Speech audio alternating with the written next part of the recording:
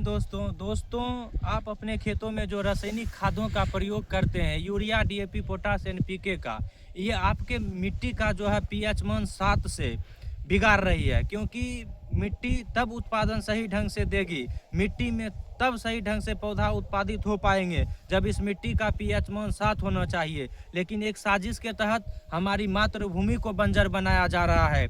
लेकिन किसान न समझते हुए भी अपने खेत में रासायनिक खादों का प्रयोग कर रहे हैं। अगर उस किसान को ये बात को बताया जाता है कि आप अपने खेतों में जो रासायनिक खादों का प्रयोग कर रहे हैं, आप अपने खेतों में जो कीटनाशकों का प्रयोग कर रहे हैं, वह अंततः ये खेत में काम नहीं आता, ये फसल के बर्बाद करने में काम आता है और वायुमंडल को दूषित करने में काम आता है। इसीलिए आज हम आपको एक साक्ष्य के साथ दिखाएंगे कि आप मिट्टी का पीएच मान कम होने के कारण, मिट्टी का पीएच मान 7 नहीं होने के कारण आने वाला समय में क्या दुर्गति होगा। ये तो बाद की बात है, लेकिन अभी इस फसल का क्या दुर्गति है आप खुद देखिए कि फसल का क्या हाल है। देखिए एक मक्का का क्या हालत हो गया है कि मक्का सूख गई है। आप सोचिए ये खेत जिस किसान का है, वह किसान क्या urea, DAP, potash, NPK, malathion, endosulfan, hexachloride, chloride जो कंपनियां बेचती है, क्या उस कंपनियों पर ये किसान केस करेंगे? नहीं करेंगे,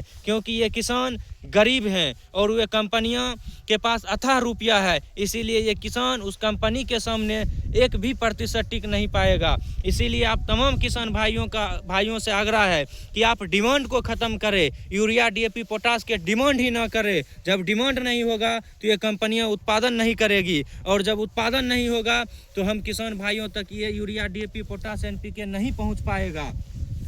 तो आप डिमांड कम करिए, लेकिन किसान समझ ही नहीं रहे हैं। किसान को लग रहा है कि यूरिया डालने से ही फसलों में अत्यधिक पैदावार होता है, तो उन तमाम किसान को सोचना गलत है। आप किसान भाई उतना पढ़े लिखे नहीं हैं।